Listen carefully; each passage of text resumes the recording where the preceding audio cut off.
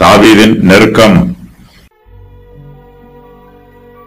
சங்கீதம் 54. தாவீது தங்களிடத்தில் ஒளித்துக் கொண்டிருக்கிறான் என்று சீப்பூரார் வந்து சவுலுக்கு சொன்னபோது நெகினோத்தில் வாசிக்க தாவீது பாடி ராகத் தலைவனுக்கு ஒப்புவித்த மஸ்கீல் என்னும் சங்கீதம்.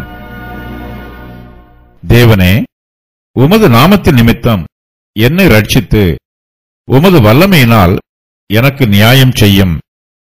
தேவனே, என் விண்ணப்பத்தை கேட்டு என் வாயின் வார்த்தைகளுக்கு செவிகொடும். அந்நியர் எனக்கு விரோதமாய் எழும்புகிறார்கள். கொடியர் என் பிராணனை வாங்க தேடுகிறார்கள். தேவனை தங்களுக்கு முன்பாக நிறுத்தி நோக்கார்கள். தேவனே, என்னை ரட்சியும். தேவனே, உமது நாமத்தின் நிமித்தம் என்னை ரட்சித்து உமது வல்லமையினால் எனக்கு நியாயம் செய்யும். தேவனே, என் விண்ணப்பத்தை கேட்டு என் வாயின் வார்த்தைகளுக்கு செவிகொடும். தாவீது இப்போது மிகுந்த நெருக்கத்தில் இருக்கிறார். சீப்பூரார் தாவீதுக்கு சத்துருக்களாய் எழும்பியிருக்கிறார்கள். அவர்கள் தாங்களாகவே சவுலிடத்திற்கு வந்து தாவீது ஒளிந்திருக்கும் இடத்தை சொல்லுகிறார்கள். தாவீதை பிடிப்பதற்கு சவுலுக்கு உதவி புரிவதாகவும் வாக்கு பண்ணுகிறார்கள். இந்த உலகத்தில் நல்லவர்களுக்கு பாதுகாப்பான இடம் எதுவும் இல்லை. பரலோகமே நமக்கு பாதுகாப்பான இடம். சீப்பூரார் துன்மார்க்கராய் இருக்கிறார்கள். தாவீது தன்னுடைய நெருக்கத்தின் மத்தியில் கர்த்தரிடத்தில் விண்ணப்பம் பண்ணுகிறார். கர்த்தர் தாமே சத்துருக்களிடமிருந்து தன்னை பாதுகாக்க வேண்டும் என்றும் அவருடைய கைகளில் இருந்து தன்னை விடுவிக்க வேண்டும் என்றும் விண்ணப்பம் பண்ணுகிறார்.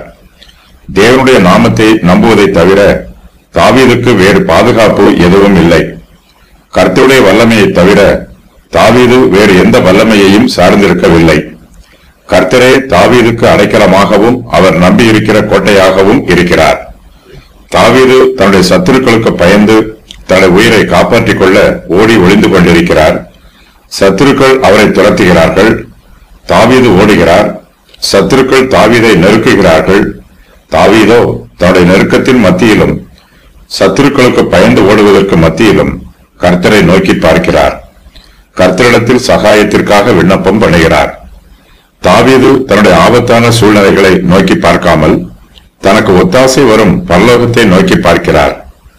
தேவனே, உமது நாமத்தின் நிமித்தம் என்னை ரட்சியும். உமது வல்லமையினால் எனக்கு நியாயம் செய்யும். தேவனே, என் விண்ணப்பத்தை கேளும். என் வாயின் வார்த்தைகளுக்கு செவிகொடும் என்று தாவீது கர்த்தரிடத்தில் பயபக்தியாய் விண்ணப்பம் பண்ணுகிறார்.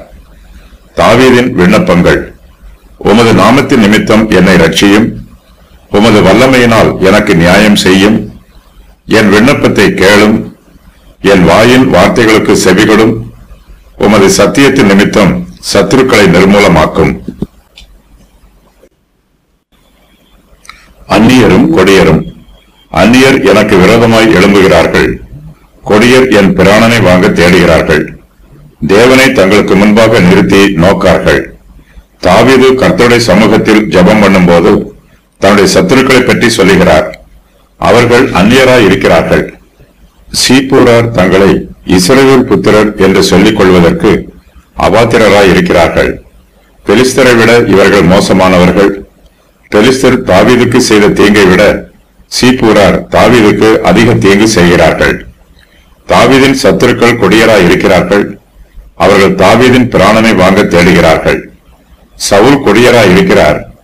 சவுல் இஸ்ரவேலின் ராஜாவாக இருந்தாலும் தன்னுடைய அதிகாரத்தை தவறான வழியில் பயன்படுத்துகிறார். தன்னுடைய தேசத்து ஜனங்களை பாதுகாப்பதற்கு பதிலாக அவர்களை அழித்து போட முயற்சி செய்கிறார். அதிகார துஷ்பிரயோகம் பண்ணுகிறார். தாவீதின் சத்துருக்கள் கொடியராய் இருக்கிறார்கள்.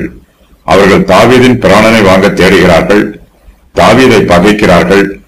அவர்கள் எல்லோரும் ஒன்று சேர்ந்து தாவீதை கொன்று போட முயற்சி பண்ணுகிறார்கள்.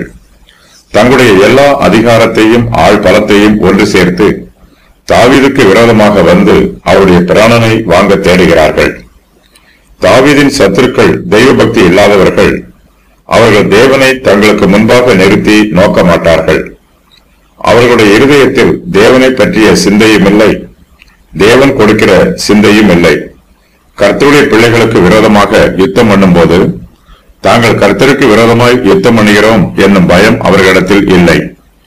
தாவீது இவ்வாறு விண்ணப்பம் செய்வதற்கான காரணங்கள்: அந்நியர் எனக்கு விரோதமாய் எழும்புகிறார்கள். கொடியர் என் பிராணனை வாங்க தேடுகிறார்கள். தேவனை தங்களுக்கு முன்பாக நிறுத்தி நோக்கார்கள்.